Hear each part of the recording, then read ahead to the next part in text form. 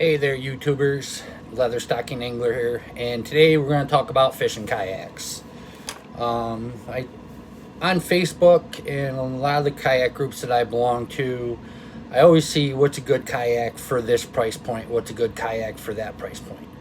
So we're going to go over some kayak brands and what their different price points are. The first set is pretty much $1,000 and under. Um, and the other ones would be like around $500 or $600. And pardon my cat meowing in the background. All right, so picking out a fishing kayak, there's a couple things that you want to keep in mind when you're out shopping. One is the weight limit of the kayak. Two is the weight limit of the kayak with you and your gear in it. Always make sure that you include your gear weight in when you're picking a kayak, because it's not just you and your body that's in the kayak, it's the weight of your gear as well. Whether you carry a milk crate like I do with trays and then some additional bags, or just a simple tackle bag and one or two rods. So let's get into the kayak brands. All right, so these kayaks were $1,000 or under. One is Brooklyn Kayak. I don't know a whole lot about them. They're on the internet, and you can also they also have ones that are pedal drive for like under $2,000. Where some of the weight limits that I've seen is like 425. Then you have the Vibe kayaks. They've been around for a couple years now. They've come out with a couple different models of different price points. Most of their kayaks are $999 and lower. And then also too, one of the oldest kayaks in the industry, which is Old Town. Old Town's been around for a lot of years. They have kayaks in all different price points, whether you're looking for a sit-in or a sit-on top. And that's another thing too that you want to keep in mind when you're looking at buying a kayak, is the fishability. Do you want to be able to stand up when you're out on the water, or do you just want to sit and have the cockpit or even the open deck where you can have your gear in front of you? The next one is Bonafide. Bonafide's a relatively new company.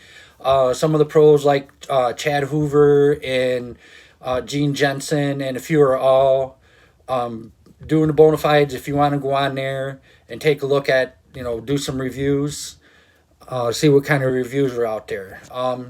Another thing too, when you're shopping for a fishing kayak, maybe see some of the dealers that are around if there's a way where you can go out and test drive them. That way there you'll get to see how they maneuver, whether they're easy to paddle or whether they're heavy. Because some of the kayaks that are out there, they are, even though they're in the $1,000 price range or lower, they tend to be a little cumbersome when you're paddling them. They may be, difficult to paddle when you're in the wind. I have an Wilderness Systems Attack 120.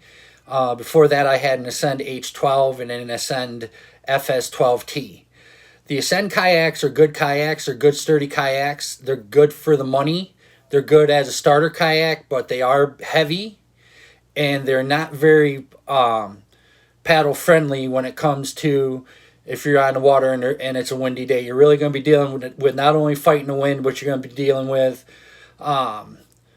fighting the heaviness and the bulkiness of the kayak. I more or less consider them like driving a log, pretty much, when I had them. But now my FS12T is fantastic. It's easy to paddle, tracks really well. And I have a review on my Attack 120. So if you want to check that video out, go ahead and do that. All right. So the next one is Three Waters. They have different kayaks as well. They're a sit on top kayak. I believe they have the fish and rod holders built right into the frame of the kayak. And then the next one is Old Town. Not only makes a top water, they've also come out with the new model of the Sportsman. I am going to go down to the Old Town dealer that's about a half hour away from me, and test paddle one of those on the Susquehanna River to see how they do. And then I may do a review on them when I get back. Another one that's good is Perception. Perception, they make the Pilot, they make the Pescador. The Pilot is a pedal drive, the Pescador is just a regular paddle kayak. The weight limit on them are about 325 pounds. So if you're like 250, then you got 20 pounds of gear, now you're at 270, so you're right around, there's only like 50-pound leeway for as far as what the weight limit is on those kayaks.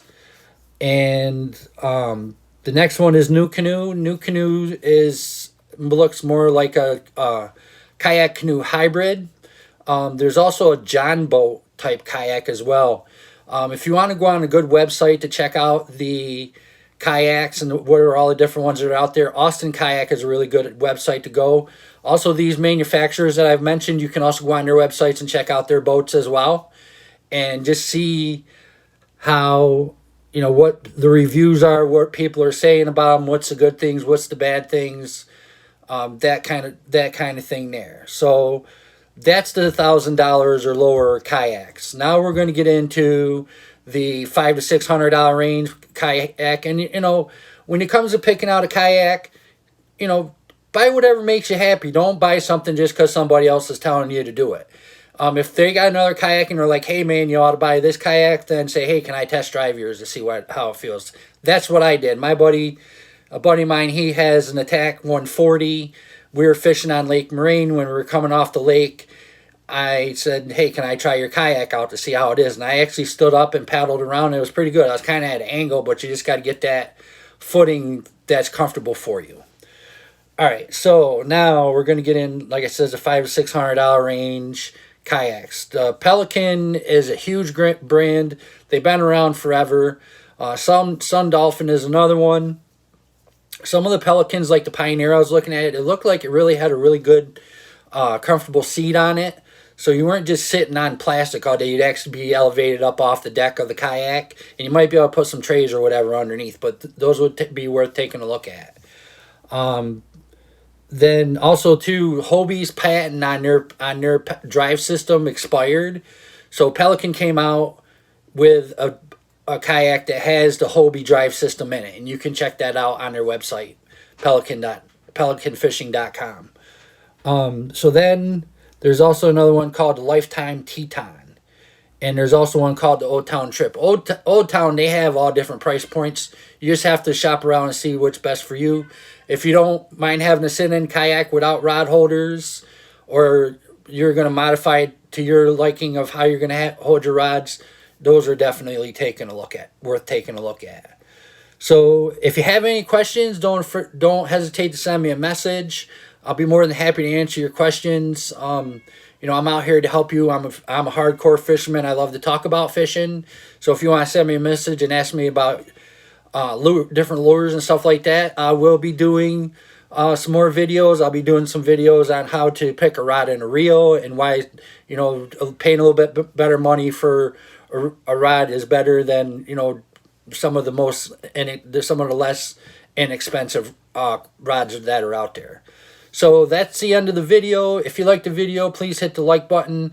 So don't forget to subscribe to my channel. Ring the bell so you know when I put new videos out there. And we'll talk to you soon. Have a great night.